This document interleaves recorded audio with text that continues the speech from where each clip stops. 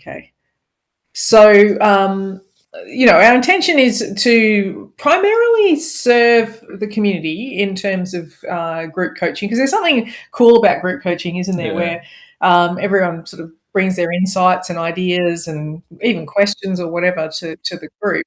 And, what comes through in that, not just from us, but from the rest of the community, is really super cool, isn't it? Like, I just what comes out when we interesting timing, isn't it? Conversations. Yeah, absolutely. And of course, each month we have our theme, which sort of helps to keep us on course and not get too far off track. But it's obviously we're open to whatever comes up, which is really super cool. So this theme, this month's theme, does anyone remember what this month's theme is about? Yes, Carolyn. It's tension. Tension mastery. It's upside down, Paul. There we go. Yeah, tension mastery and working with tension. And as we said in the very beginning of the month, in the webinar for the month, about, rather than just being the mystic swimming on the top of the water, we're certainly not the psychotic drowning in the water, but we want to surf the waves.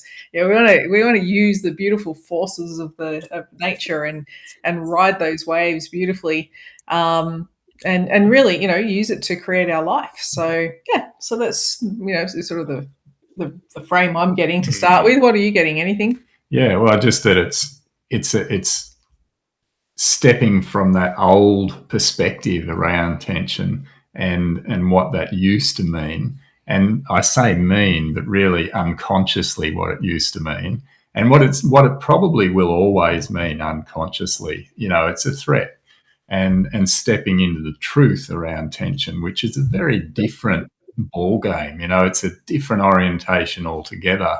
And I'm keen to hear from you guys about what you've experienced, what you've noticed in relation to tension, and how that differs from the old story around tension to how is it really? I mean, what's the truth here? And then how can we be with the truth and move forward as creators far more powerfully orientated in that way? So that's what comes up for me there. Yeah. Yeah, amazing. And I think it's one of those things where many of us have been working with tension for a while now. We learned a long time ago that tension's not the enemy. Tension is actually something that we can use. But just because you know how to ride a wave doesn't mean you're not going to get dumped every now and again. Yeah, and that's okay. Like we can handle that. When we know I can actually handle that, like I'm not going to implode or explode or whatever, then we're like, okay, well, maybe I can cop a bruise on the knee every now and again for the sake of what I'd really love. Is it worth it? And I think we'd all agree, hell yeah, it's worth it. It's like, it's not obliteration. We're talking a few scuff marks here. And when we were learning to ride a pushy as kids, a bike, did we worry about these things? No, there was even blood involved. And these days, there probably won't be a lot of blood involved in us creating the most amazing experience we could imagine. So, it's not even riding the pushy, learning that we're talking about. Yes, yeah, absolutely. Yeah. Cool. So what's coming up for you guys? Could be an insight, could be a reflection on what's been going on for you, a question. So Paul's going to kick us off, and then Ashira. Hey guys, I thought I'd just share something that came up just this week.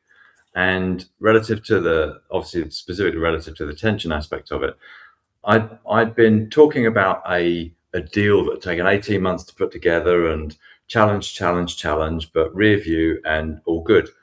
Deal got signed, everything's great. I'm going, commission check's coming this month, and that's this and this is that. And then we got an email from the customer going, this doesn't align with what we said we wanted it to do, and we need to have a Hail Mary call because it doesn't align with the defense regulations and blah, blah, blah. And I went, my tension went through the roof. It's like my backseat driver was going, this deal's gone. It took 18 months. You're going to lose the commission. You're going to lose face. The customer's not going to be happy with you. You're going to look bad. This is kind of the last big deal you're going to do before you retire. And I went, whoa, hold on there. So I knew the tension was there, absolutely sure of that. I'd done rear view before in relation to that deal to get, for my mind, to get the universe to help me get it over the line. And I did a rear view in relation to the meeting, because all these questions was like, and the vendor was saying, we can't fix this. We can't do this 24/7, blah, blah, blah, blah, blah, blah, blah. Anyway, had the meeting with a customer. I had a meeting. Anyway, I set my rear view. I then took that energy into both a pre-meeting with the vendor and then the meeting with the customer. And at the end of the meeting with the customer's manager rang to apologize for the crappiness of his own employee, who was the guy who was raising all the issues about the actual defense regs and blah, blah, blah. And we lent into the tension of that guy in the call and empathized and understood that it's all new to him, blah, blah, blah, but held the tension, had the rear view, and it's all cool. It's all fine. Wow. But I think it could have gone completely the other way had I just gone, oh my God, this is all so bad. Yes, yeah. The experience is like 3 days old. Yeah, wow. Super cool. Yeah, very good. Excellent. Yeah, it's one of those things. The ego's looking for evidence that we're always progressing in a certain direction, as it's evidence of, oh yeah, we're on track, everything's going to work out fine, blah, blah, blah. But as we know, it doesn't work like that. You know, we sometimes we have to take a 90-degree, 180-degree turn before we end up getting onto the actual track, onto the path. And yeah, super cool. Like, and I just love the way that you kept bringing it back to the work, like the rear view, anchoring into that, bringing that energy to what you were doing. And, you know, see, there's just another real life example of it has to resolve in favor of your end result. You know, there is no other option. And not only that, where you didn't end up with, becoming a gutser at the end of your career with a dodgy deal, that's gone wrong. You even got vindicated, if you like, by the apology of someone from that company saying, "Oh, I'm really sorry that we pretty much saying, I'm sorry you went through that." But, in a way, it's just an experience, and you did it and you handled it masterfully, and it's another feather in your cap to say, yeah, I can do this. Mm-hmm. So, in fact, it's almost a gift. Yeah, amazing. Really. Super cool. Love that. Really good. Yeah. Okay, Ashera. Hang on, we've got to get you unmuted. I don't even know if I can unmute you. Oh, there I am. There you are. Yeah, nice to see y'all. Yeah, I don't even know what I'm going to say, but I believe it's something about today and noticing, that difference between stress and tension and right use of tension. And so what I'm noticing is that being back in the US, and it's like a lot more of the materialism culture, and, okay. I just got I got one flat tire punctured. My tire was punctured, so I had to get 4 tires because I have an all-wheel drive. And so it's like instead of just one tire, I'm paying, $1,100 for 4 tires. And then, like good for Money River, right? So I'm like, oh, okay. So there are not like everything, a possibility of kind of going, okay, well, I went to this other time, like compared. Anyway, in the end, I was just like, there was like this choice point of, well, I can go into stress and or I can use, this is tension, and it's all about expenditures now. It's like, okay, expenditures there. And I was like, okay, today is a day for me. REI is like recreational outlet. I need a new bathing suit and some shorts, and so having a 20% sale. It's the best time to go. So I do it, and then the tension amps up because, of course, I end up going out. It's like, well, yes, I needed these things, but do I really need these things? And so it's like this moment of tension of not just about the money, but about just being in a certain place inside myself of what I can and cannot have or do, or, like, what does it mean? And so again, just noticing these different juncture points. I mean, so far it's all about, expenditures, and then coming back to, well, I'm holding the tension of, the law of circulation, like things are going and things are coming. But there is a level of tension. And also what I noticed is that, just having my choices this morning, feeling the magic of the day, arriving. My birthday was a few weeks ago, had a package on my door from my friend with beautifully wrapped presents, and just like this a lot of magic in the midst of it. And and noticing that frequency, and then going like, okay, I'm putting my card, even though I was like, I didn't have attitude, I was just holding, it's all good, but just on the unconscious, it's like a subtle thing that wants to give over to the tension in a negative way, in terms of stress, instead of using it as tension, and then redirecting like, because I know the work, I'm like, okay, redirecting, like, but this tension of where the unconscious is saying, oh, well, you're spending too much money, like today you already spent like $1,300 and like, and then you still need some things that you're gonna, because there's some sales and it's going to be another and so that, and then on the other hand, it's like, yeah, I know the law, things come, things go, it's all good. So holding that level of tension, and what I realize is like, keep on holding the higher, but definitely it has come up. And so what I'm landing with is also just this energy of how, again, like, every day there is this, it's not like it goes, oh yeah, I held tension for my retreat, I held tension, like it worked, okay, I'm done holding, right? Yeah. Yes, it's not. It's like, you just inhale, and then, there's an opportunity to get pulled, and, whatever, it could be anything. And so I'm noticing with that, and because I have that reference of, okay, I can hold the tension without being in stress, just being, and like being relaxed with it, and and how it turns out, I don't need to know. So I'm saying those words, but as I'm saying, I'm speaking, and I'm still applying and practicing. I'm not, obviously, if I had it all together, Hunter wouldn't be here. So it's good just to communicate it and be with all of you guys, just to remind myself and remind each other of that continual, and what really helped is just that higher vibration of just knowing, expecting,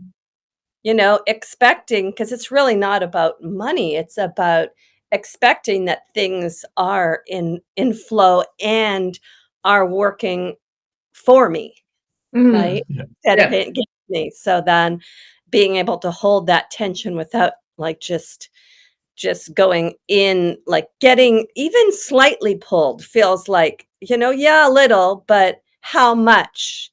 I don't, how am I going to let that affect my mood or whatever? It's like, no, I'm still going to sing, but yeah, holding that tension. So yeah, anyway, I don't know if I'm rambling.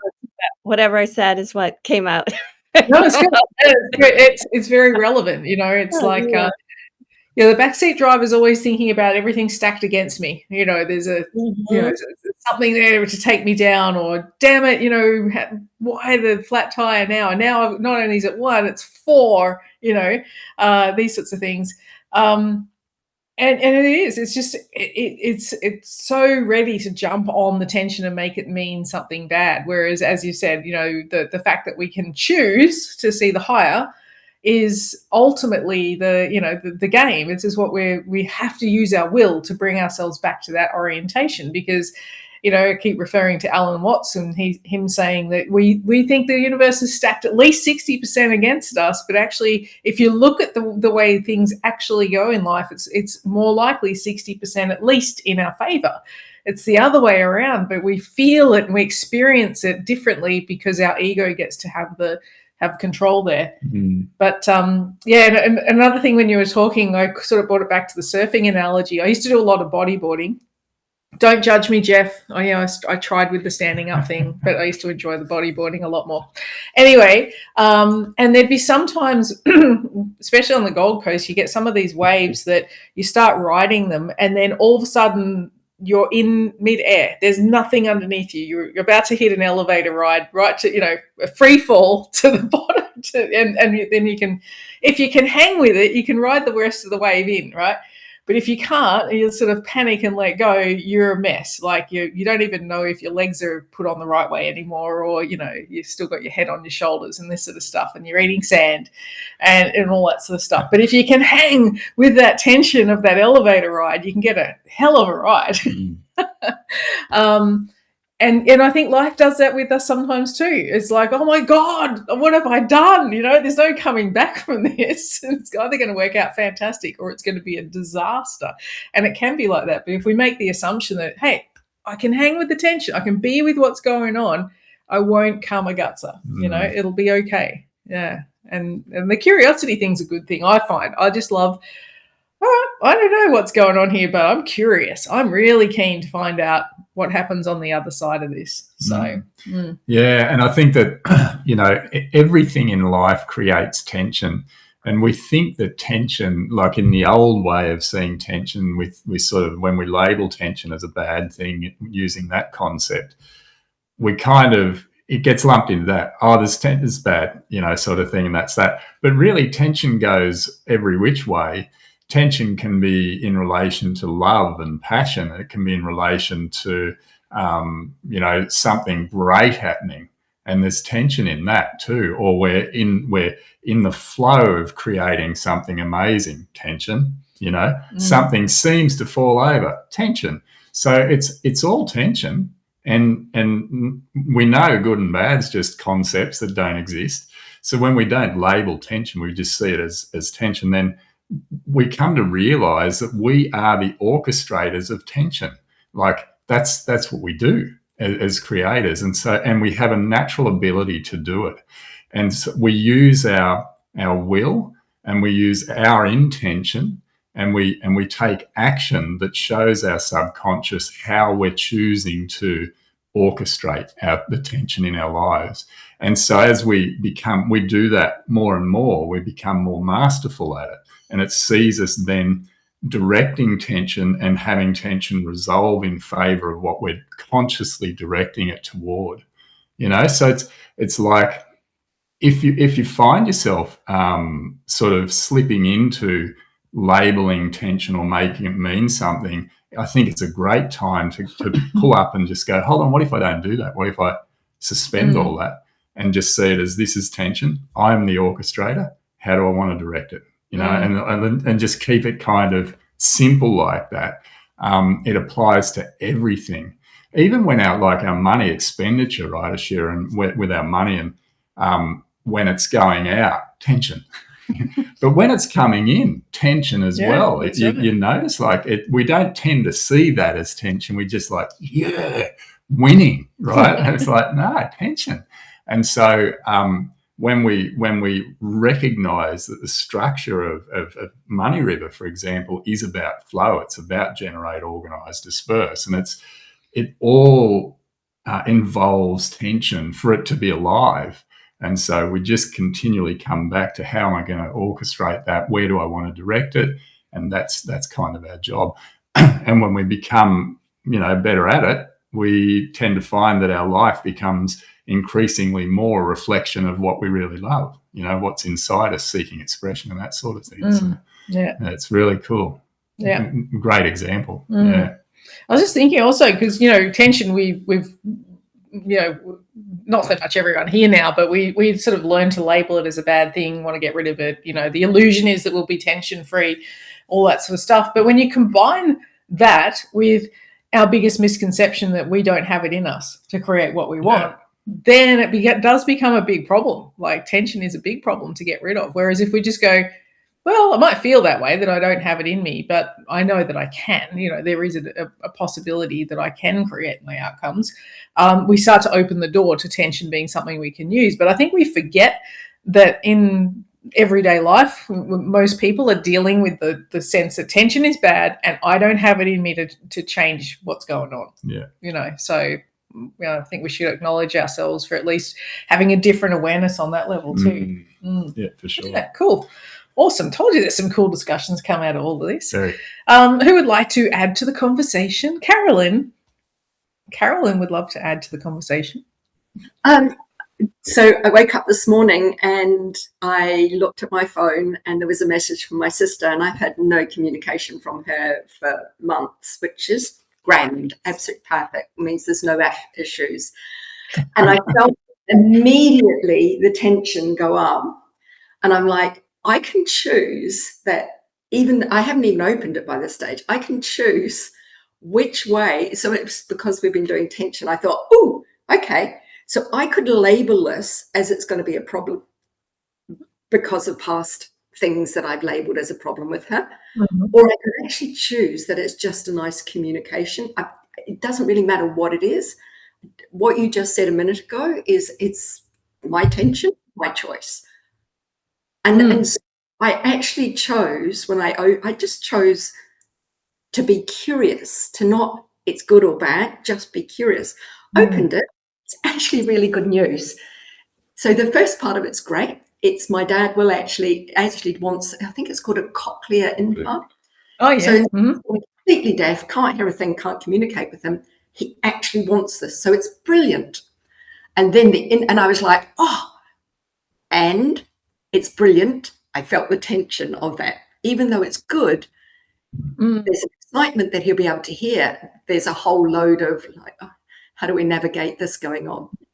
And over the other side, my brain went, oh my God, she doesn't know that I'm lasting power of attorney and she's no longer lasting power of attorney. Oh my, and I was like, oh, listen to what you're doing. You're jumping in to the tension and trying to resolve something that you see as possibly bad.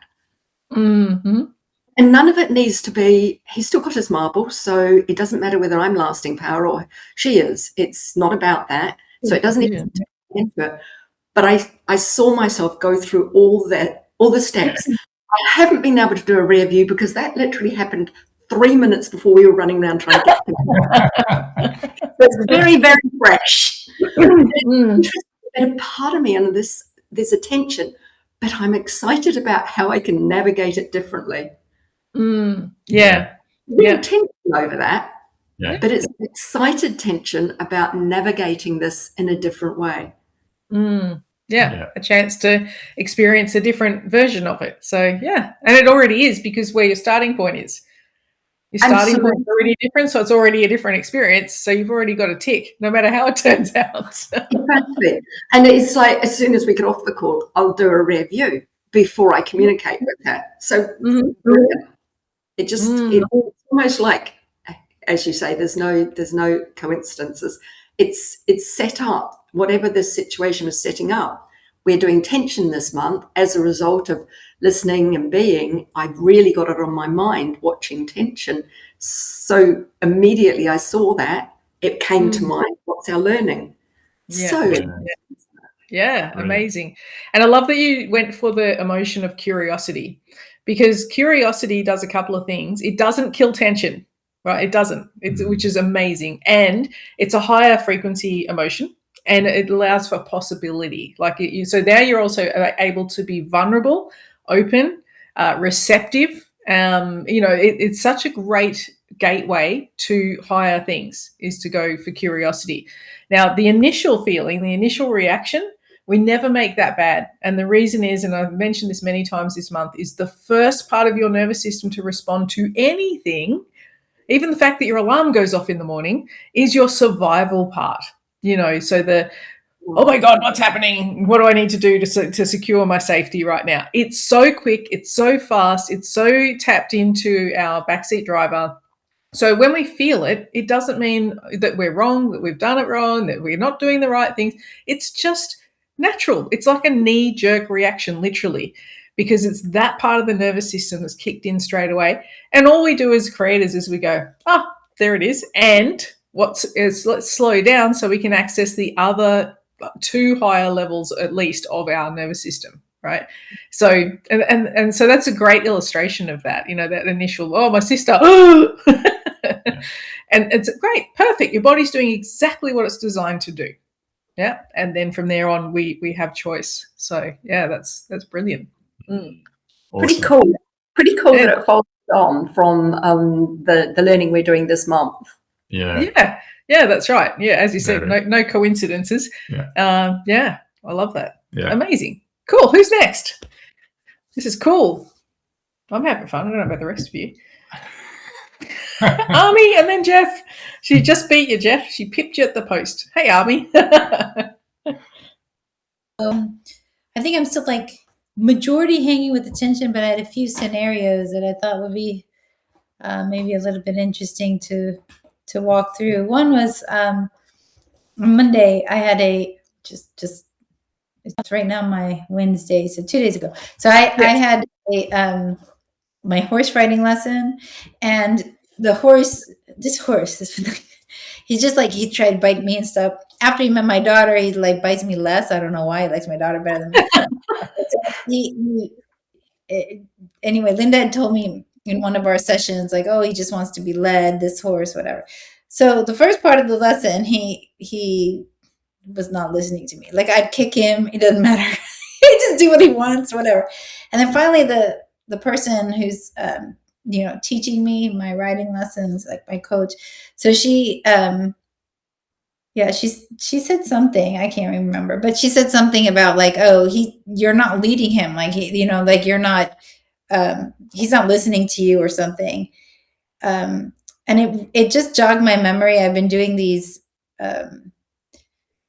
like embodiment exercises around I'm enough and stuff like that. So I was like she basically said like I wasn't being, I don't know, confident or something with the horse, right? And so I went into all I did was like literally in 30 seconds, I did I'm enough, and I went to like where it was in my body, and I had that come out, and then I said, so I'm enough, and so then and all of a sudden like my posture went the way it was supposed to be and everything, and I sat back and really led, like I don't know.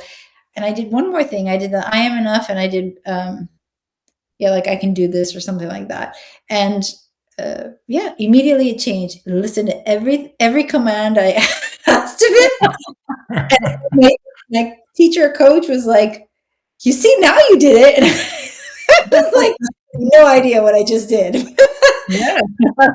The horse listened to me the rest of the class, and it's just so interesting how such a small shift from the orientation around, oh, like, am I doing this right? Or am I, is this the way I'm supposed to do it, to, no, I got this, and really finding it in your body can really shift things. And I literally did it in, I say 30 seconds, probably like 10 seconds, Mm-hmm. And it was a completely different dynamic between me and this horse for the rest of the lesson. So it was, that part was like quite experiential and amazing to see how the work happens in real life. So that it was super cool. The rest of it, I'm like still hanging with attention. So there was a camping trip. My daughter has a camping trip with her class every year, and I'm like, I'm not a huge camper, by the way, but I go because she wants to go. And I said, okay, I'm going to set this intention for the camping trip. And I said, I have a choice right now around, I can't remember, but experiencing basically like the beauty and awe of life and these playful, delightful moments. And I said, oh, camping, it'd be great to experience that. So that was like going to be my intention. I was holding it out the whole time. I was like, I still didn't get it. By the end of the thing, I said, holding it out and I didn't get it. And then just as we were talking right now, I'm hearing all the different shares, I realized I actually did get it, because I personally didn't experience, but I was enabling others to experience those beautiful moments, because a lot of people have their own tensions and they don't practice this work. But like there was one person who he's divorced, and like his view on relationship was totally unhealthy. Like, Linda, he needs to go to your class, right? Linda had all the dysfunctional things. He's like, what is the other person bringing in the relationship? I was like, what? bring anything? Like, can they just be a person? And it was just really cool. And then afterwards, the camping trip, I went to this event again for my daughter's school for someone who basically got laid off very harshly, and we were there to support them. And one of my daughter's friend's parents came up to me, and he creates him and his wife, they create movies, animations that are quite innovative, and they won't be mainstream, but they go to like all these festivals like Tribeca, and they're always accepted, like always. Oh, wow. And so they submitted to Cannes, and they didn't get accepted for the first time, I think, in his life, right? And he goes, I don't even know how to handle it. Like I never not been accepted, and unfortunately I had to leave like really quickly, but I've realized the beauty of all of my experiences was that somehow they were coming to me. Like I don't know why, but and this person, he does talk, but they kind of keep to themselves. They're like, they have the starving artist kind of model, because they are very good at what they do. But he didn't know how to handle he was like, how do you get over it? Like, I was just like, what do you mean?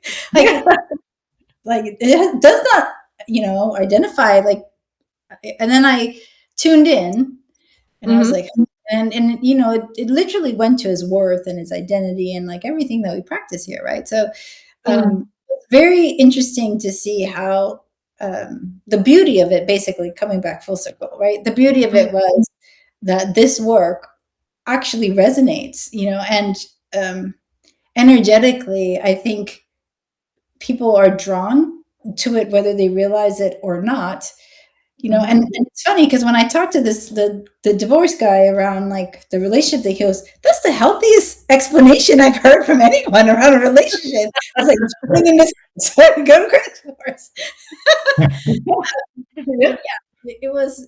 It's just interesting how the truth resonates, even in, and I didn't explain it exactly, like you guys do. It's like very simple because they're not there yet. But the truth resonates, and it is somehow being drawn, like the energy is pulled when in need. So all those things are really interesting.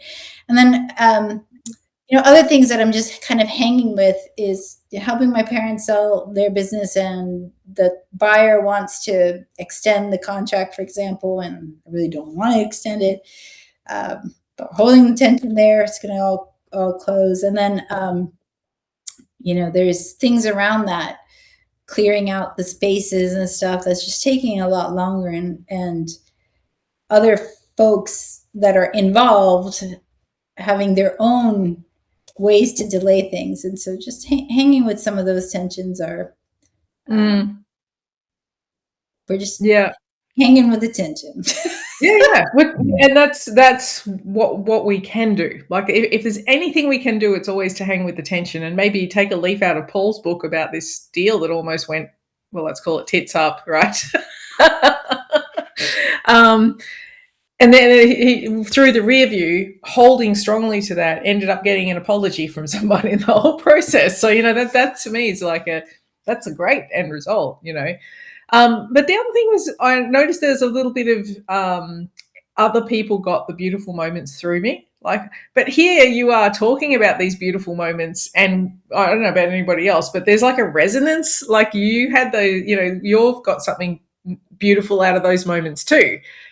Talking to the guy about relationships, and so you don't want to deny yourself that. You want to receive that and go, oh, actually, that was really cool, And, I got to talk to this guy about healthy relationships. And even though it was just the beginning part, it was still effective. It was still something that landed. It's something that resonated. And that came through me. Isn't that cool? Those sorts of things. Or, the starving artist, semi-successful couple, you can see you're tuned in, and you saw it was a bit about his worth. Well, obviously his currency is getting accepted to big festivals, right? Not getting money. That's his currency. That's how he sees himself being successful in the world. And so you're there for those people, and you're starting to become the sage. You're starting to become, the person who is able to impart this work and give more value into the world in that particular way. And however and wherever it goes, it doesn't matter. It's just like, it's starting to naturally come forth from and through you. Yeah, it's interesting though. Like when I get to that point, and then I get stuck. Like they ask me for advice, and I'm good for like a sentence or two, and then I'm like, now I don't know how to help you. Yeah, I thought about calling them again and saying, hey, I think we should go through conflict deconstruction.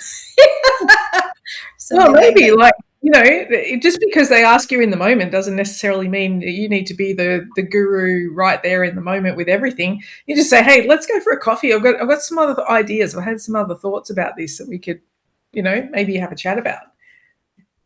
Okay. Keep the door open. Maybe that's part of the magic too, that it's not all one and done. Yeah, I mean, it could be linked, I think, to connection as well. That has been running, quite up and down for me, and so, might be just another way to. Connect. The other thing, because it's obvious to me, and I know what's in your choices. So, consulting, like your consulting type work, it will start to emerge more of that through you as well. Not necessarily, they might not become clients per se, but it's putting deposits into that account of being the advisor, the consultant, the wise person. Yeah. Oh, yeah. Yeah, I see that. Yeah, very cool. And with the motel thing, just remember truth circles, just navigate it with Is it true for me to extend the contract? No? Okay, that's a no. Things like that. Whatever. Don't let my flippancy be the guide by the way you do it yourself properly. But Sounds. Thank you. Excellent. Well done. Thanks, Ami. Horses there, Craig, and then when you see the next one come up, I was just contemplating today, we didn't get very far with our conversation yet, but it was like, should we do the relationship one again next month? So it might be that. Send them along. There we go. So then. There you go. Send them along. Yeah. Amazing. Thanks, Ami. Jeff. Yeah. I was going to add to what Ami was saying about the truth resonates. And this is for me, like, as long as you're willing to share it, as long as you're willing to put yourself out there and, put your point of view out there. Because I think I can sort of sit back and, think what I think about the situation or whatever. But if I don't put myself out there, then it's not going to resonate with you. It's just, and that's a fine line too, because you can kind of try and coach people you shouldn't be coaching, like your wife or something. But when there's points where you've got to share what your point of view is, or else no one knows. I've just been thinking about resistance and how every time we go for something, resistance comes up in some shape or form, which brings up the tension. So, and just now coming on the call, I was like, I'm going to, half an hour before we start, I'm going to have a look through my worksheets and sort of get back to where we were at, and did some more work, and then 15 minutes to go, and then Jackie's, can you come and light the fire? It's sort of like, 5 minutes to go, and I'm thinking, there's always something that comes up, and I could have been like, nah, you do it yourself, but I just shot out, did it quickly, and then came back. So I'm contemplating that, and also like the tension I have and that I put on myself around, the shoulds and the musts of life, living a busy life, and should be spending more time on my creations and everything like that. And yeah, I can hold the tension, but it can also become a bit not overwhelming, but just a bit heavy at times. And yeah, and then just recently I was like, oh yeah, but I've got all these tools. Why don't I use some of those? And I hadn't done spirit guidance for a little while, not ages, but a little while, and I did that because I had something I wanted to look into, and just the act of doing that and connecting in with my guidance and being like, I'm not alone here. Like I'm not like fighting this battle by myself. There's actually, the universe is on my side, kind of thing. And yeah, just dropped all of that that heaviness to everything. It's like, yeah, everything will happen in good time, kind of thing. So yeah, that was what I was going to share. Yeah, that's cool. I was just thinking about the resistance thing too. In a way, we think that the resistance is a curse. It's like, I've got this thing I'm going for, and then, oh God, the resistance comes up. Oh, damn it. Now I've got something to overcome and all that sort of stuff. But to a degree, I was getting a sense of without some resistance, we can get very scattered. We can lose direction with things. Whereas with the resistance coming up, if that was a genius actual thing rather than a pain in the ass thing, it's probably there to have us more focused, more directed, more channeled into what it is we're actually going for.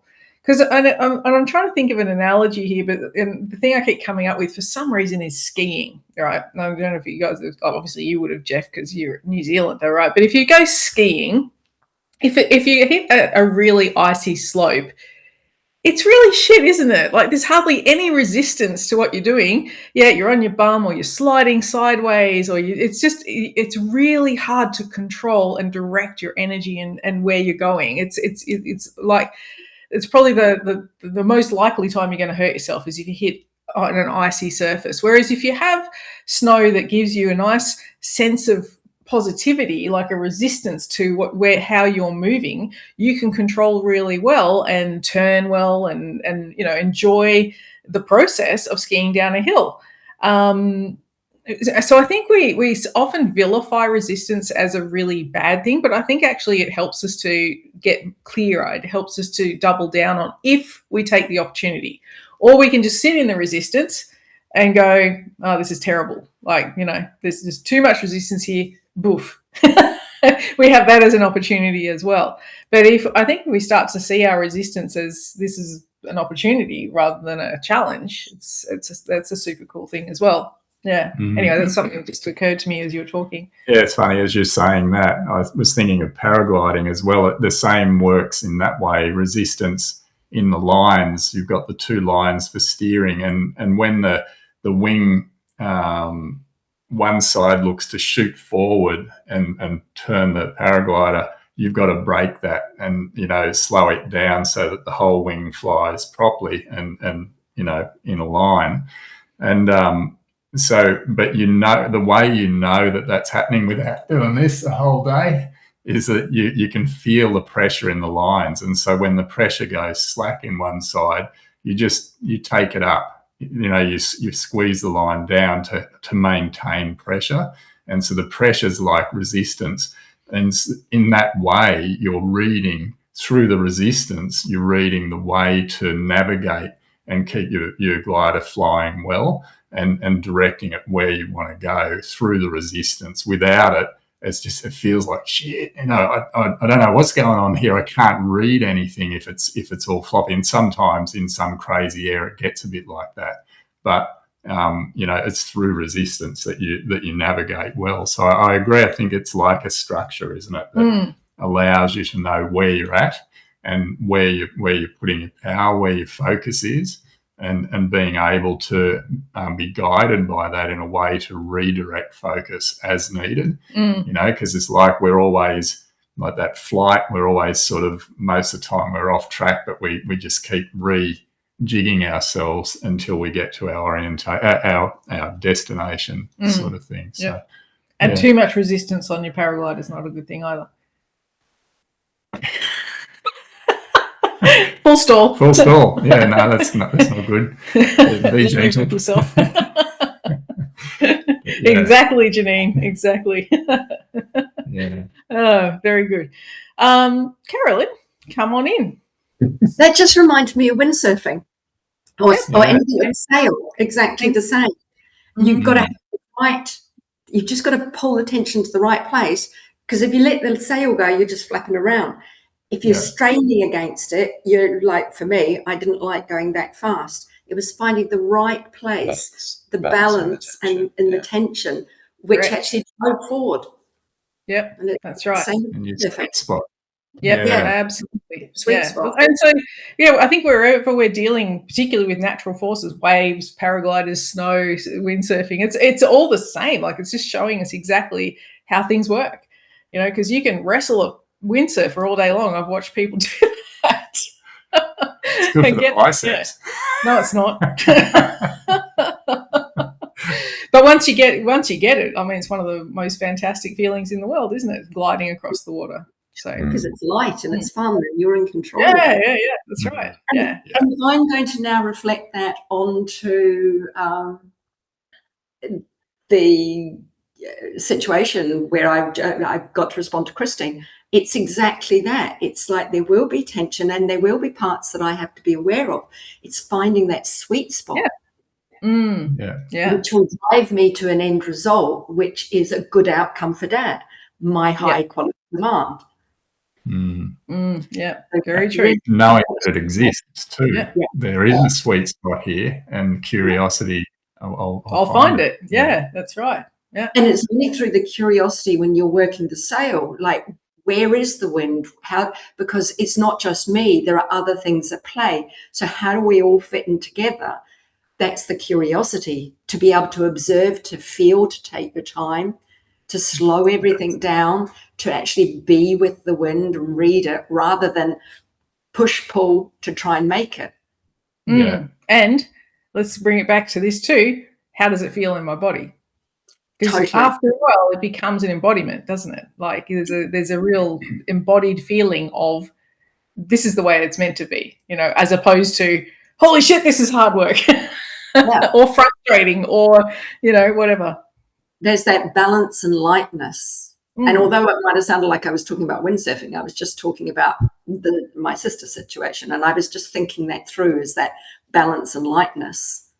Yeah. Mm-hmm. Even though there's something that's pulling. Cool. Yeah. Amazing. There you go. So you'll be windsurfing as you get to reply very soon. Nice work. All right. So who's next? We got Janine, Mary, Anique, and Ashera. Okay, Shera's going to jump in. The other three of you guys. I just wanted to jump in on that wave because I'm really getting I really love this analogy, because I was thinking about being. I was swimming for quite a while in the ocean all the time, and how if the waves were just completely there was no pushback, getting into shore would be way too fast. I mean, I'd be sliding along that sand. It wouldn't be pretty. So we've all been there. Yeah, and if there's too much resistance, which actually at some point it was a really interesting phenomenon. At some point, the wave, I'd never experienced this in the water for months. There was a wave, instead of how the wave goes out and then it comes back. It was going, but the wave that was coming back became a wave.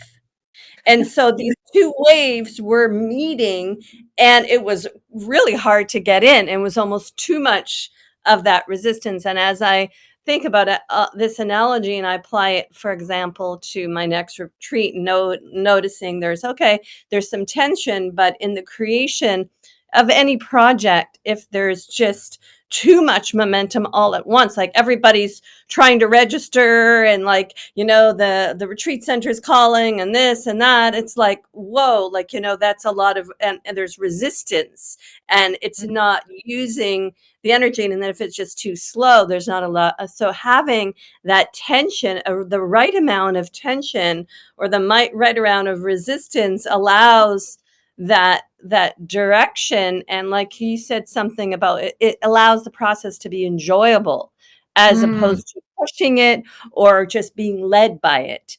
Yes. To actually, like, it's like steering it gently without it overtaking. And so I'm just relating that. And so it gives me a new way of viewing the tension for a project like that, and how much it, you know, we already know it's tension is needed. We need the tension that gives the energy, but just that right amount. So I just wanted to share, just letting that analogy steepen and apply it. And then when you said feeling, it was like noticing what that feels like. Like it feels good. It feels like there's momentum, and there's a bit of like I want to say a bit of a squeeze, but it's not too much. So just like, what is that? Allowing, almost being the director of that, allowing that tension to be there, but without overtaking, is a really great way of being a creator. Yeah, absolutely. Yeah, and sometimes the conditions will create confluence of waves, right? We get some of them here off the coast, and they're super cool. They make some really awesome patterns, and it's super cool. But yes, it's being in it. Like, what? It's really cool being in it, because you're like, you're going in, and then like, no, I'm going out. Like, there's enough momentum going in so that you can actually get in. But yeah.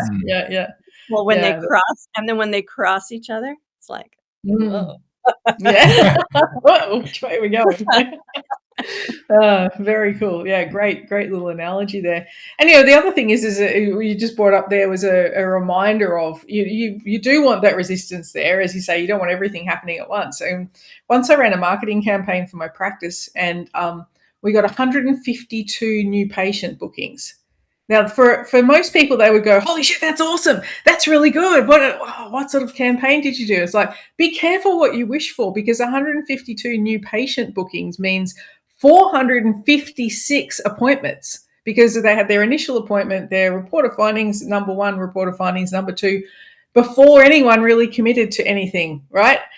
456 appointments needed to be handled in a short period of time.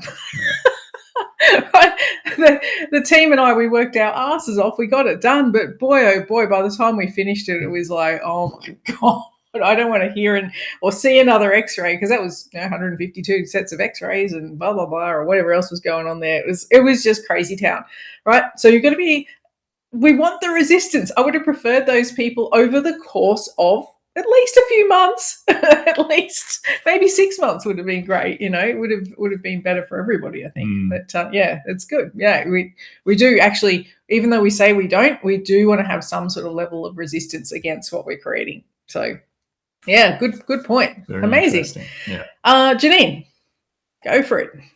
Hi everyone. Amy, first of all, I've got to say, God, I love that horse story. What a great story. And it just picked up your energy. I'm not taking any shit now. And it didn't. And I reckon that's great. Well done. What sort of came to me as everyone was talking is I think I'd be bored without tension. And you take the surfing analogy, or sailing, if it's flat, you're stuck in the water or you're not doing anything. So you do need that little bit of tension. And if you don't, you make it. You've got to be a bit careful. Pump the rudder, pump the sail. Yeah, something's going to go wrong, and I'll prove it. But so there's two sides of it. I need that tension, or I get bored. If things are going too smoothly, you know, like I need something to keep a project. You know, you need that project to keep going. But then there's the other side of the coin, when things come at you that you have to then go, hang on, you know, like. When I was coming back from Africa, and the delay from the Johannesburg to Sydney, which sort of fitted because the Namibia to Johannesburg was a bit tight. So that worked out well. But then I was going to miss the Sydney to Adelaide, and I was panicking and nothing I could do until I got to the airport. So I sat in the tension deliberately, as I had to anyway. But, you know, I cognitively did that as well. The lady was fantastic, and then everything fell into place. She connected everything. She upgraded me to business on that Sydney to Adelaide. It all fell in beautifully. Let's say it was the tension. But yeah, so there's two things. There's the one where you sort of need those projects to keep you going. And the other one is when you get smacked in the face and how you have to deal with it. That sort of as everyone was talking. But it's the one that slaps you in the face that I think we need to then consciously go, hang on, take a step back, be the witness, what's going on. Yeah, definitely. It plays a really important role to be able to, and again, the initial feeling is fine, but we let that go, because if you just let it be there, in 90 seconds it'll be gone, because the neurotransmitters in your brain won't hold it there unless you attach a story to it. As soon as you attach a story or meaning to it, then it will hang around for as long as you keep the story alive, right? But not if you just say, oh, I'm experiencing something that feels like shock, disappointment, whatever, it'll be gone in 90 seconds without having to worry about it, as long as you don't attach that. But then it's the witnessing thing is super, and knowing that you can hold an end result, and you'll get something. Yes, as long as you're holding an end result, you'll get an end result, of some sort. But if the end result is doom and gloom and, this is all screwed, well, that's likely what you're going to create regardless. And it sort of reminds me of when we were in Safari 2022, was it? Can't remember. It feels like ages ago. Yeah. And William, the day before, had been telling everyone, don't miss the bus. If we miss the bus, we're going to miss the plane. The plane doesn't wait for us. It's a da-da-da. You better get your ass there. He was like all day telling everybody, do not miss the bus. No, don't make us late. Don't, Anyway, we're halfway there, and we get stuck in this massive traffic jam. And it turns out a truck full of fruit and veg had toppled over across the road, and there was no way around it. There was like a river on one side. There was like a big wall of rock on the other side, and all this sort of stuff. And of course, the Africans were doing what Africans do. They were deciding they're going to drive on the wrong side of the road and basically clog up the whole highway, that was probably going on the other side of the truck crash as well. So that you would have had two lanes of traffic meeting each other at a truck crash. Anyway, I'm sitting there. I'm just reading my book. I don't know what you were doing. I think you were at the back having a convo with someone, having a good old chat. I was reading a book, and this guy in front of me, I can't even remember who it was, but he turned around, he looks over at me, he goes, how can you just sit there and read your book? I'm like, what else am I going to do? He's like, but we're going to miss the plane. And William said if we don't make the plane, then they'll leave without us and blah, blah, blah. I was like, I've got an end result. That's it.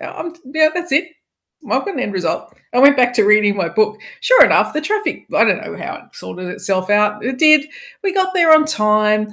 There was even time to hang around for a bit. We caught the plane, and then, it all worked out. But it was just so funny. It's like we're here doing the work, and here we are in real time. Someone's like, how can you just read your book? What do you want me to do? Like stand up and panic? Everybody, it's time to panic. But he just couldn't handle whatever tension he had coming up. He's like, you're not in the same level of tension that I am. So this must be something wrong. Don't read your damn book. Put that away. You're not helping. A similar thing happened to Paul Christian. It was her first safari, right? And the same thing. Don't miss the bus. The plane won't wait. They do wait. Just on the slide. But same thing, car accident, right on, probably in the same spot. Probably, yeah. Fortunate for one girl, she had to go to the toilet, and there was some workers. There was a workers' toilet on the side. And she ran out of that, came back in. But the whole thing, everyone was just going, "We're going to make it. We're going to make it." And in the end, the guy, and he's going, everyone's going, "You need to stop. You need to have respect for the poor people who have had an accident." Nah, we just snuck. We just snuck past and got through, but. Yeah, she was, on the phone. We're coming. But yeah, the poor thing. But we got there. Yeah. Got to hang with the end result. You were just totally oblivious, having a good old convo down the back with whoever was there. Well, I was the same. Same end result, and that's all. That's my job. And so let's yarn. Yeah. We've got an opportunity for a good chat. That's it. Absolutely. Super cool. Well done. Thanks, Janine. All right, Mary or Anique, who's going first? Mary likes to hide. I think we'll go Mary. Yeah. We're going to go Mary. Go, Mary. Come on, Mary. Hang with that tension. Don't you want me to sit in tension a bit more and get near the end and press the out button? No, we want to hear from you now. It's almost becoming a game. Thinking tension, I'm making an observation that Tuesday, so that's 2 days ago, Split Enz played in Sydney last night. No, Tuesday night.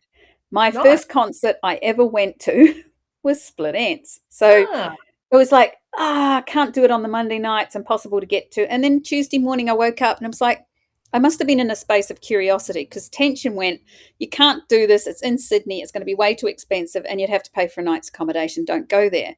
But curiosity got me going to the website and finding where it was. Website wasn't very friendly at all. So I constantly get kicked out. But I sat with it. Of course, the ticket you want's like, I don't know, $400 or $500 or something. It's like, geez.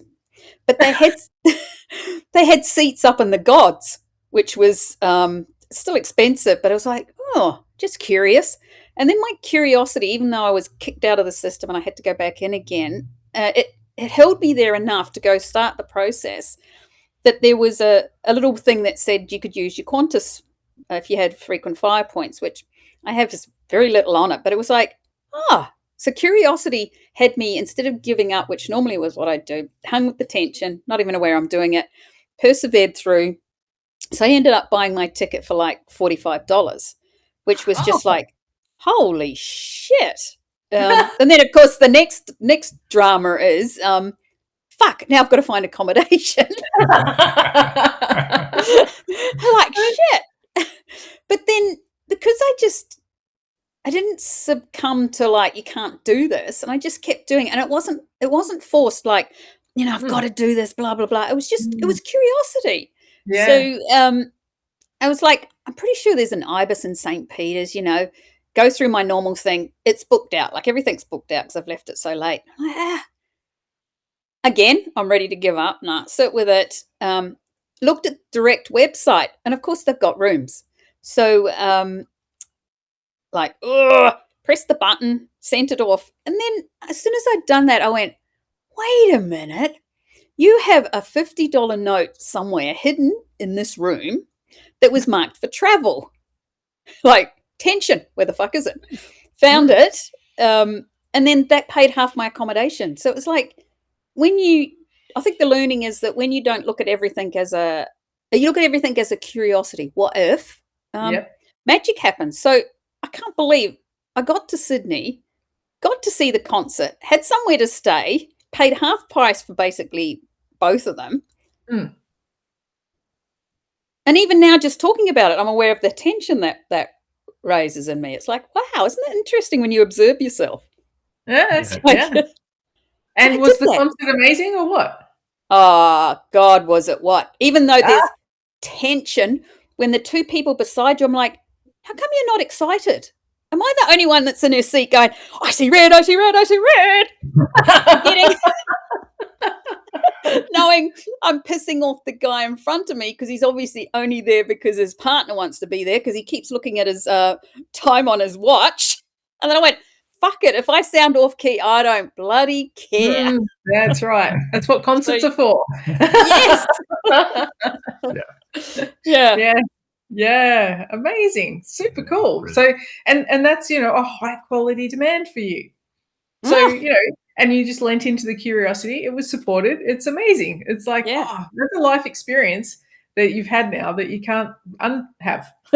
No way. And I can just, I'm back there and I'm that ballistic teenage kid that was listening to them in a indoor basketball concert hall at a university, just and how many millions of years later, I'm like, they're on the stage, they're still in their quirky outfits, they're in their Tim Finn 72, like they've still got the energy, they play all of their instruments. It was amazing. Super cool. Very good. Yeah, no, I love it. Very good. Beautiful. What a story. Point of reference there. Yeah, definitely. In a space of like 4 hours of tension, which of course had something come in the middle of it. So, hey, I'm going for a walk with the dog. Do you want to come? I was like, ah. I do, but Well, no. you still got your end result, regardless of whether you went or not. I did the walk and I still got my end result. There you go. Look at that. Yeah, exactly. It's amazing. So your first concert was Split Ends. What was yours? No, it would have been heavy metal of some sort. Screamo. Yeah. No, not screamo. Oh, just heavy good metal. old 80s Okay. heavy metal. Yeah. Okay, all right. Yeah. Like Metallica or something? Well, it wasn't Metallica, Ah, but yeah, one of remember those that. classics. Yeah. Mine was U2. What about you guys? What was yours? I was U2 at the Melbourne Entertainment and Sports Centre, and I was 14. And I got signed autographs from another band who was sitting 3 seats away from me. Anyway, I can't remember who they were. Yeah. Say that again? Split Ends. I saw Split I Ends, isn't it? Main Street, Auckland, Split Ends, their first concert. And then my fun bit is I actually worked in a recording studio with them. Oh, Wow. nice. Yeah, there you go. Yeah. What about you, Paul, while you're unmuted? What was your first concert? I cannot remember. Cannot sorry, remember. I had a feeling. Guys, jeez, come on. I want to share. Yeah, I mean, it's not a concert per se, but the first show I saw, it was just the most amazing experience. It was the Nutcracker Ballet, and with my mom, and we were sitting in the first row, right in the middle, like the best seat you could have ever had in the whole place, in the theater, like in the biggest theater. And oh my gosh, and there was an orchestra playing the music below, so I was at the height of the head of the conductor. I will never forget that experience. It was mind blowing. I was young. I must have been about 6 or 7 or something, but it was just mesmerizing. I still got the image and the feeling of that experience. The best place in the theater. It was like incredible. Then I remember the music. I remember everything. It was just wow. Really, very good. Yeah, super cool. Anyone else? Does anyone else remember their first concert? Yeah, Janine? Bad Company. Is that up there with you there? Bad Company. Bad. Oh, shit, I've forgotten the name. Bad Company, wasn't it? I don't know. I don't And know. Susie Quattro. There you go. Yeah. Oh, Susie Quattro. Oh, yeah, okay. Very Yeah. young Susie Quattro. And then I saw her the other month, and very old Susie Quattro. But Yes. she's still rocking it. Yeah. Oh, good on her. Well done. Yeah, it is Bad Company. Yeah. Nice. Yeah. So good. Yeah, very good. Anyone else? Sure. I think mine was English Beat. Wow. I don't even know if anybody knows what English Beat, but it could have been Gypsy something with my mom around the same age. So, you know, Right. I Yeah, was multi-fat. Yeah, you know English Beat, right? We're about the same age. yeah. Paul does. Paul does. He's the Englishman here. All right. That was way back. Very cool. Come on, Jeff. You should have. I Paul. remember who mine was now. It was Yeah. Talk Talk. It was Talk Talk at the BBC recording studios at Piccadilly Circus. Wow. Awesome. Talk. Yeah, they were amazing. Ah, Ah, very Yeah. cool. Yeah.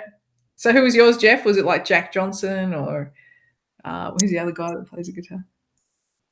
Go on. No, it's a New Zealand band, She Had. She had. Probably never heard of them. Very Very nice. Very nice. But I'm sure there's something before that, but that's as far as I can go back at uni. So. Yeah, Yeah. cool. Ami, who was your first band? Mine was Bruce Springsteen. The boss. Yeah, I remember when he came touring Australia. I think I was in year 9, something like that. Yeah, lots of people went. I didn't get to go. No, Yeah, anyway, that was- I already spent my concert money on YouTube. You too. The earliest I can go back is to Green Day. That's the only one I Yeah, that would remember. have been a great concert. It was, Green it Day, was good. awesome. Over in Ireland as well, so that was a cool Yeah. location. Oh, sad. Sad for me. Yes, Ashera. Sorry, we got a little bit off track. Yeah, no, you know, not on the concert, but it so one thing that just came up for me around tension and having levels of tension. And the plus of having tension is that sometimes when having like a higher level of tension, not too high, like not gray hair pulling kind of tension there, and I'm remembering a time in Peru this time when there was tension, and it makes the outcome almost more magical. So, just in a nutshell, we were going to, there was rain the day we were driving up to Asangati. There was rain the day before, which was all unusual. And we got up there and it was raining. It's 15,000 feet. The rain stopped a little, but it was gray. And the next day is our day to horseback ride up the mountain. And it's just not going to work. And we wouldn't be able to go. And, all week, the weather, every time we went to a site, it could be rain in the morning. We got there, the sun came out, it was, that kind of thing. So, for days, and for that day, I was that day holding the tension for the next day and really feeling, and the local saying, yeah, it's been raining for the last couple of days. And I'm like, oh God, okay, tomorrow it was almost like expecting the sun, seeing it, it's got to happen because it's way too cold and that it wouldn't work. And, then the next morning there was mist in the morning, 7:30, sun comes out, beautiful day. The next day, beautiful. As soon as we get in the van that day after to leave, it starts raining. And so it was just like this perfect thing. But the truth is, it made it almost more magical. Not that I would want to recreate that, like with that amount of tension, but just, and everybody was like, wow, like, this is amazing because, and there was the mystery of like only getting a little tiny glimpse of the mountain. And in the morning, it's just like glowing because how the tension. So just landing for me that that tension is welcome because it's like the curiosity, like someone else said, of like, how is it going to happen? And because it's got to happen. It's got like its structures, going to create it. We're here. Made this effort, we're holding the tension, the vision, it's got to come through. And so so I just wanted to share that about that's very not cool. just the utility of tension, but the magic of tension. Yeah, that's it. So true. Absolutely. Actually, one of our favorite things to say is we got the window. Because if the weather's really crap and whatever, and we've got a plan, and we just keep holding out for it, and then we usually go do the thing, and it's perfect, and we come back, and then it closes in.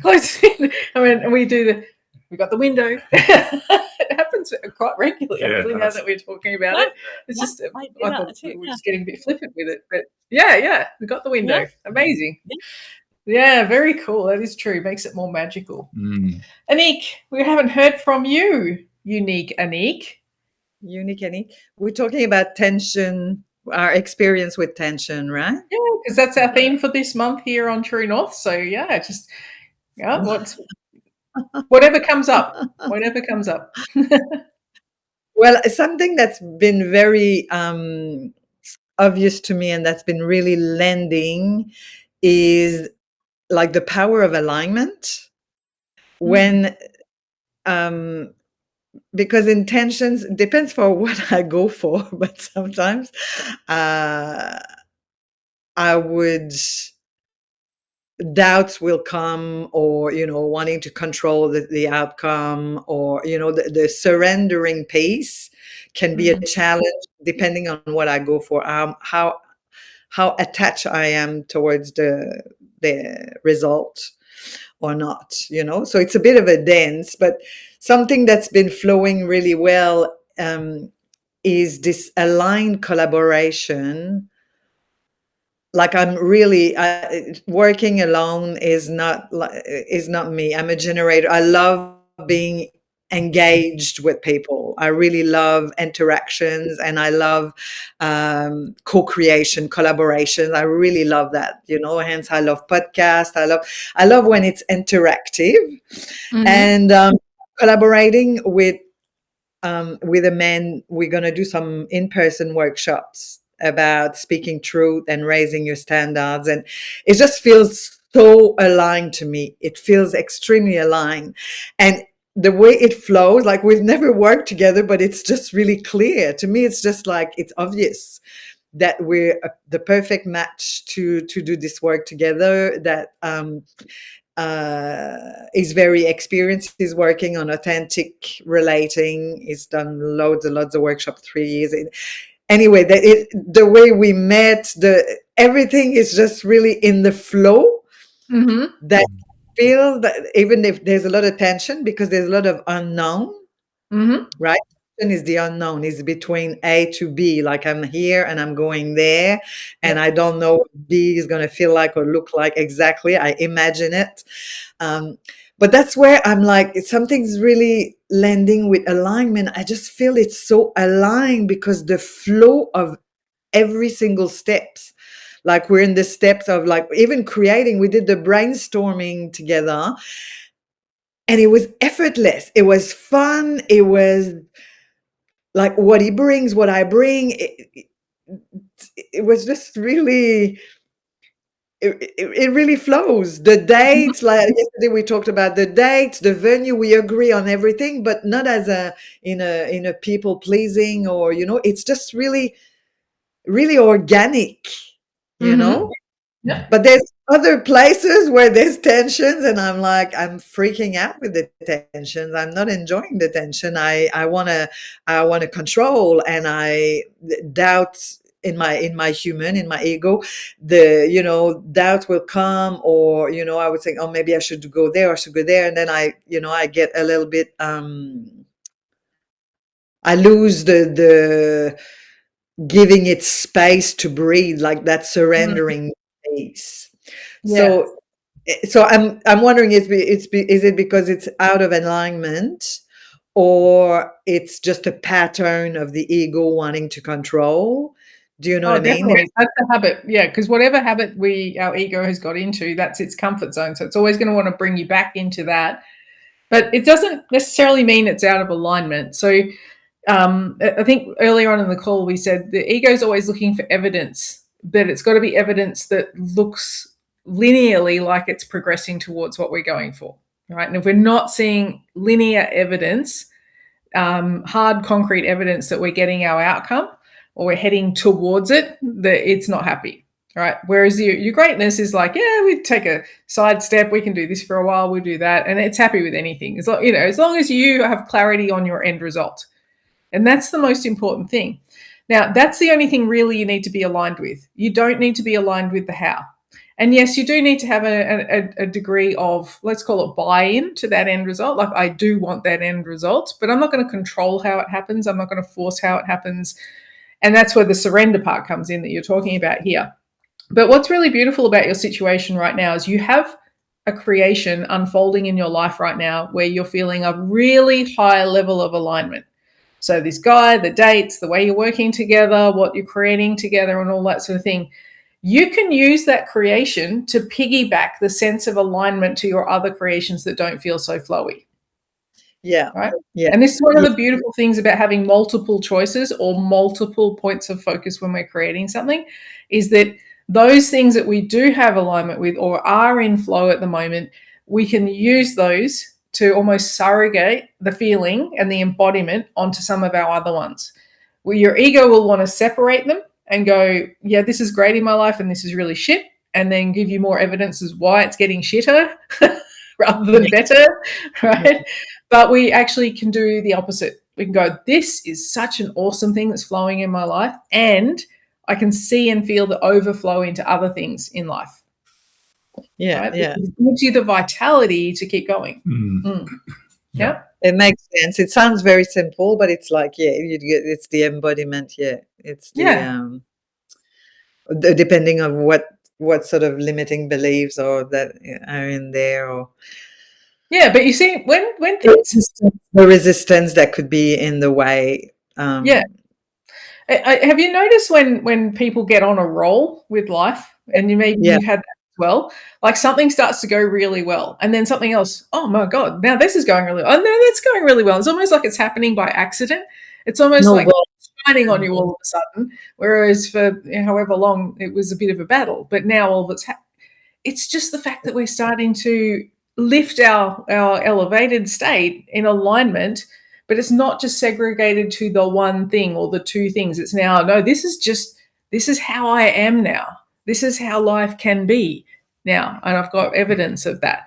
But again, we're soon to forget that and to fall back into the separation of things and go, well, that was that, but this is that, they're separate, but it's not. And the down spiral can happen the same way. Some bad thing happens, like a Sherry getting a puncture in her tire. One minute, Army getting bitten by a horse. Yeah, all these things, and it starts with one thing, but then it's like, oh, then there's another thing, and then there's another thing, and there's another thing, and it's exactly the same phenomena. But it's just happening because we're putting our focus into the misalignment rather than the alignment. The alignment. Yeah. Of course. Yeah. And there's a lot of good things. I've received the feedback form testimonials from a client, and oh my gosh, like mind blowing. Yeah. It was just incredible, the extract of testimonial I can take in that. I was like, overjoyed, or like, it was just phenomenal. It's phenomenal. Yeah. I read that 10 times. I'm like, oh my gosh, it just imprinted. It's like the result is wow. Okay. Yeah. If all the clients could be like that, it'd be amazing. Yeah, and they can, right? And the thing is that it's just a matter of going, wow, receive that. And that's one thing that most humans are really bad at. Maybe not number sevens, you guys, you know who you are, who I'm talking to, right? You might not be this, but for the average numbers 1 to 9 minus 7, we're not really the best receivers in the world. We don't receive very well. And when we don't receive very well, we're not seeing the possibility of that alignment, that up spiraling, all that sort of stuff. We're more tuned to look at the terrible things that are going on, or she sent me that, but but she didn't really mean it. She just likes me, or she just play things down. But we do, right? This is not. I'm not talking to you because you're not in this group of number 1, 2, 3, 4, 5, 6, and 7, 8, and 9, right? Most people actually will pick a flaw in it. They'll go, oh, there's something wrong with it. Or there must be something wrong with her because she likes me so much. That happens a lot in relationships. Like, why would this guy ever want me?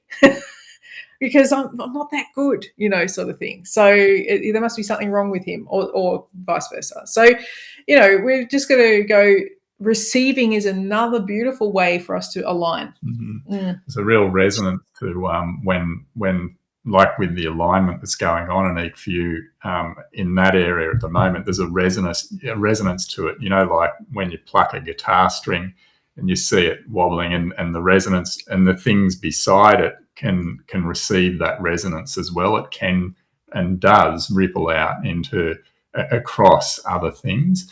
And I think we can stand in the way of that by getting into separation. Oh, this is going crap.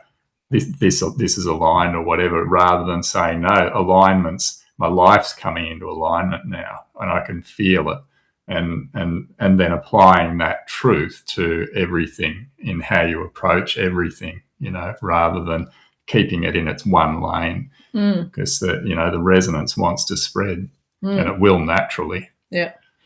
It is important to see ourselves as an integrated being and an integrated life, because that's the law of the one and the many. As soon as we fragment parts of our life and say this part's going well, that part's going, we're in a fractured state. All of a sudden, it's like, okay, we're into the lower level stuff. Whereas if we go, yes, there are situations or current reality that I'm holding out for a higher possibility than it currently is exhibiting, but I'm not fracturing it. I'm still that fully integrated being living a fully integrated life. So, because we do a lot of waiting and putting things off and waiting until something else changes before we move forward. We don't need to do that. That alignment piece is really strong. Yeah. Very cool. Very good. That's what I suppose. Yeah, what you're saying, Craig, about the sound, like what's the word? Reverberation. Is that a word? Reverberation. Tongue twist for a Frenchie. This is a little bit how I see the tension in alignment. It's this sound going, and letting that flow. Yeah, sometimes, just really unplugging.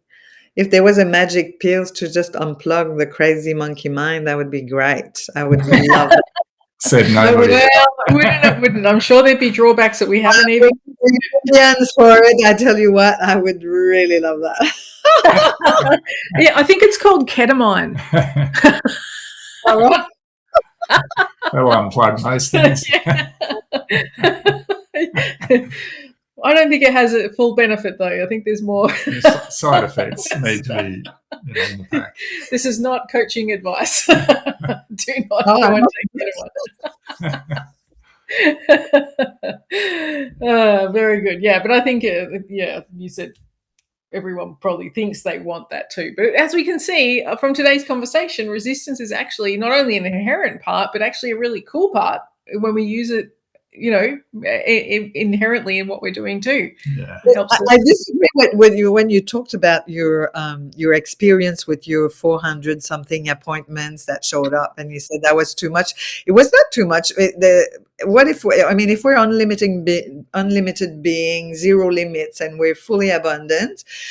If there would have been a structure where you had the team to handle it, say, or and okay, well, everything is possible. Like with yeah, and I can see your positive upside here, but don't know that just as much as there was an upside, there was a downside, and it was called exhaustion, right?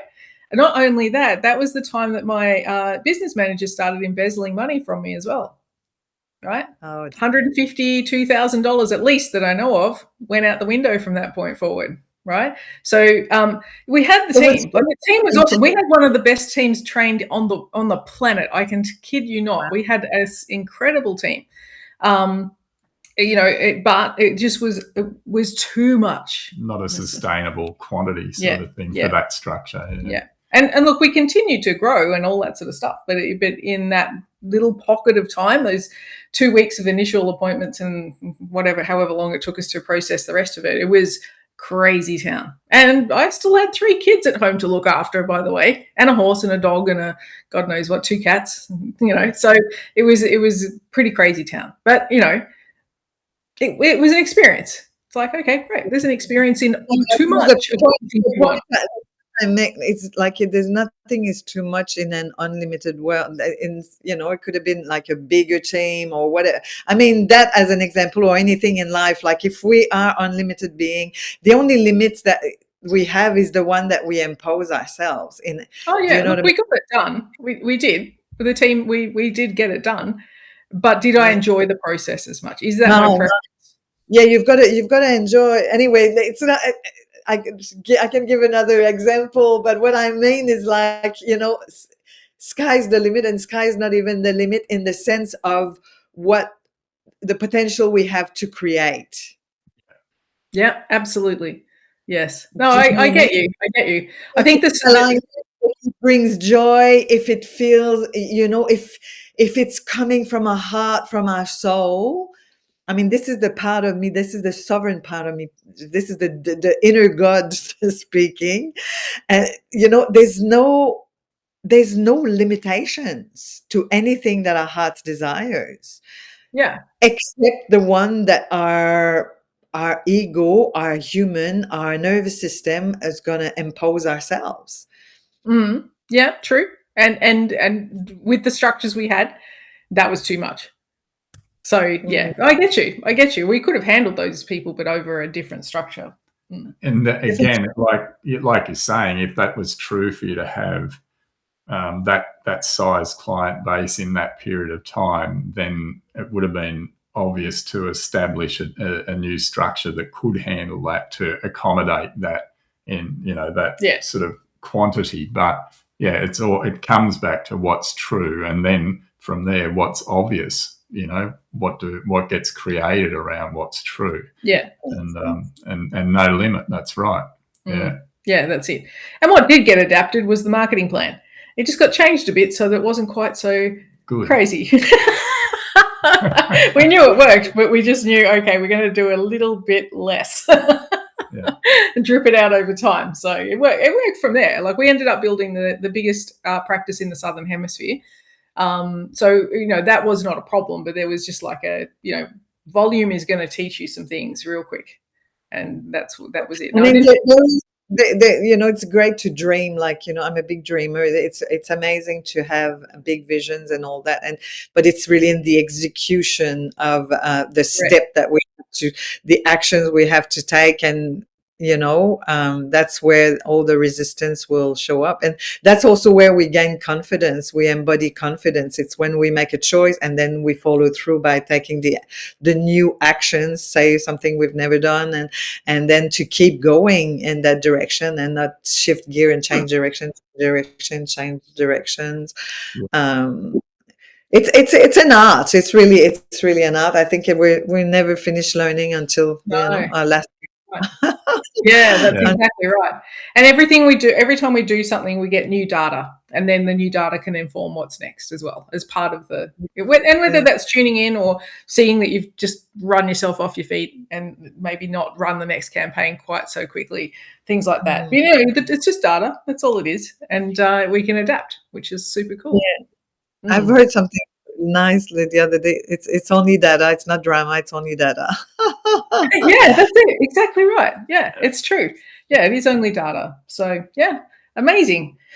Super cool, guys. What a great session. What a fantastic, vibrant conversation. So thank you for coming along and contributing to it today. We'll see you on the next one. I actually don't know what the theme is for June. I think I haven't written it up on the board, so I can't tell you. I'll tell you very soon.